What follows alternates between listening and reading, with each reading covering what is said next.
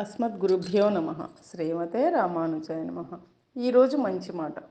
మనం ఇతరుల్లోని మంచిని మాత్రమే చూడాలి. అది ఒక చిన్న కథ రూపంలో చూద్దాం. రామాయణంలో ఒక గొప్ప సంఘటన జరిగింది. అంతకు మునిపే రాముని జీవితంలో దురదృష్టకరమైన సంఘటనలు చాలా జరిగాయి. రాముడి రాజ్యం చేజారిపోయింది. అరణ్యవాసం అనుభవించాల్సి వచ్చింది. ఇంకా కఠినమైన జీవితం గడపాల్సి వచ్చింది. భార్యను రావణాసుడు అపహరించాడు. ఆమె మీద తనకున్న ప్రేమ అనురాగాల వల్ల దక్షిణ భారతం చివరి వరకు వచ్చి ఒక సైన్యంను ఏర్పరిచి సముద్రం దాటి లంకకు చేరి యుద్ధం ప్రకటించి రావణాసుని ఓడించి అతన్ని వధించాడు. రావణాసుడికి 10 తలలు ఉండేవన్నీ మనకు తెలుసు. రాముడు రావణాసుడిని చంపడానికి వాటన్నిటినీ నరకాల్సిందే. యుద్ధం గెలిచిన తర్వాత రాముడు, నాకు హిమాలయాలకు పోయి తపస్సు చేయాలనుంది. ఎందుకంటే నేను గొప్ప పాపం చేశాను. ఒక పరమశివ భక్తుణ్ణి, ఒక అసాధారణమైన పండితుణ్ణి, ఒక గొప్ప రాజుని, ఒక ఉదార స్వభావిని వధించాను అన్నాడు. అప్పుడు మిగతా వాళ్ళందరూ ఆశ్చర్యపోయారంట. అతని తమ్ముడైన లక్ష్మణుడు, మీరేమంటున్నారు? అతని మీ భార్యను అపహరించాడు అన్నాడు. అప్పుడు రాముడు, అతనికి ఉన్న 10 తలలో ఒక గొప్ప విజ్ఞానం, భక్తి గలది మరియు ఉపాసన చేసింది ఆయన ఒక తల ఉంది. దానిని వధించినందుకు నేను చింతిస్తున్నాను అన్నాడంట. ప్రజలు ఏమైనా తప్పు చేస్తే ఒక గుణాన్ని గుర్తించే బదులు వారు ఆ మనిషినే పూర్తిగా ఖండిస్తారు. అందరికీ 10 లేదా అంతకన్నా ఎక్కువ తలలే ఉన్నాయి. ఒకరోజు మీ తల అంతా అత్యాశతో నిండి ఉంటుంది. మరొక రోజు అసూయతో, ద్వేషంతో, ప్రేమతో, మోహంతో, అందంతో లేదా వికారంగా కూడా ఉంటుంది. లేకపోతే ఒకరోజు మీలో ఇవన్నీ ఉండొచ్చు. మీరు ఒకరిని ఒక క్షణం అసూయతో చూసినట్లయితే అతను అసూయపరుడని నిర్ధారణకు వస్తారు. కానీ నిజంగా అనేక సమయాల్లో అనేక రకాల తలలు ప్రతి వారిలో పనిచేస్తూ ఉంటాయి. ప్రతి వారికి ప్రేమతో నిండిన తల, అలానే అందంతో, ఉదార స్వభావంతో నిండిన తల ఉంటాయి. ప్రజలు చేసే తప్పేంటంటే ఒక గుణాన్ని గుర్తించే బదులు ఆ మనిషినే వారు ఖండిస్తున్నారు. రాముడు చెప్పేది ఏంటంటే, రావణాసుడు ఎంత ఘోరమైన పనులు చేసినా అతని యందు బ్రహ్మాండమైన సంభావ్యత కలిగిన ఒక అంశం ఉంది.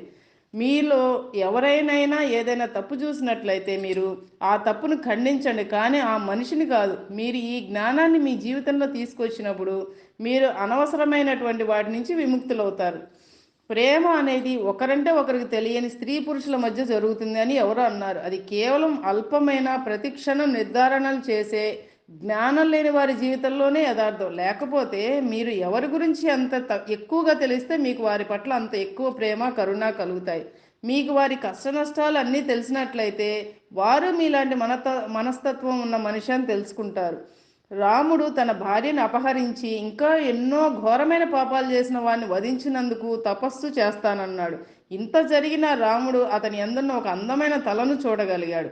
అతను ఒక గొప్ప జ్ఞానం కలవాడు. అందుకే రాముడిని అందరూ ఆరాధిస్తారు, పూజిస్తారు. జీవితంలో ఎన్నో వాటిలో ఓడినప్పటికీ అతని ఓటమి ఎన్నడూ అతని గుణాలను మార్చలేకపోయింది. ఏం చేసినా వాటికి అతడు లొంగలేదు. మీ చుట్టూ ఉన్న వారందరితో ఈ పని చేయండి. భరించలేని వారు అనుకునే వారిలోనూ మీరు ఒక రవ్వంతైనా తీయదనాన్ని గుర్తించాలి. రాముని గుణాన్ని సంవత్సరమంతా గుర్తుంచుకోవాలని నా కోరిక. మీరు ఈ చిన్ని జ్ఞానాన్ని గ్రహించినట్లయితే మనిషిని ఖండించే బదులు ఆ గుణాన్ని గుర్తించగలిగితే గురు పౌర్ణిమ వచ్చి దక్షిణాయానికి వెళ్ళకముందే మీరు ఒక మంచి పంట పండించుకోగలరు. ఒక గులాబీ మొక్కలో గులాబీ పూల కన్నా ముళ్ళు ఎక్కువగా ఉంటాయి.